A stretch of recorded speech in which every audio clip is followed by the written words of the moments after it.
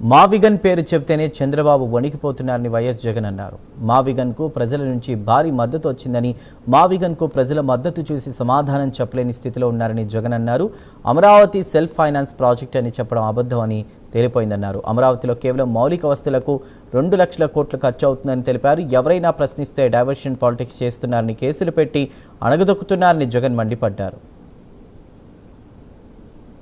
అమరావతి ప్లాట్ల స్కామ్ను చూస్తే ఇంకా అమరావతిలో అలొకేట్ చేసే ప్లాట్ల స్కాములు చూస్తే చంద్రబాబు నాయుడు గారి మనుషులకు అంటే ఏబిఎన్ ఆంధ్రజ్యోతి రాధాకృష్ణ గారికి, అశ్విని దత్ గారికి, బలుసు శ్రీనివాసరావు గారికి, బెజవాడ రమేష్ గారికి, ఇలాంటి వారికి, వీరి కాక తన బినామీలకు, ఇలాంటి వారికి అమరావతిలో రోడ్ల పక్కన విలువైన రిటర్నబుల్ ప్లాట్స్ ఇస్తారు.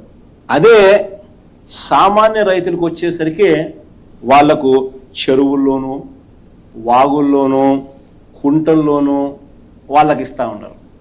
అసలు ఏమిటి అన్యాయం? మొదట తీసుకున్న 50,000 ఎకరాలకే దిక్కు లేదని రైతులు అంటూ ఉంటే, ఇది పరిస్థితి అని రైతులు అంటూ ఉంటే, ఈ 50,000 ఎకరాలు సరిపోవని ఇంకొక 50,000 ఎకరాలకు రైతులను ఇబ్బందులు పాలు చేస్తూ వాళ్ళు ధర్నాలు చేస్తూ ఉన్నా కూడా లెక్క చేయకుండా వారి దగ్గర నుంచి బలవంతంగా లాక్కునే కార్యక్రమం జరుగుతూ ఉంది. ఇప్పుడు ఇక అమరావతి ప్లాట్ల స్కామ్ను చూస్తే ఇక అమరావతిలో అలొకేట్ చేసే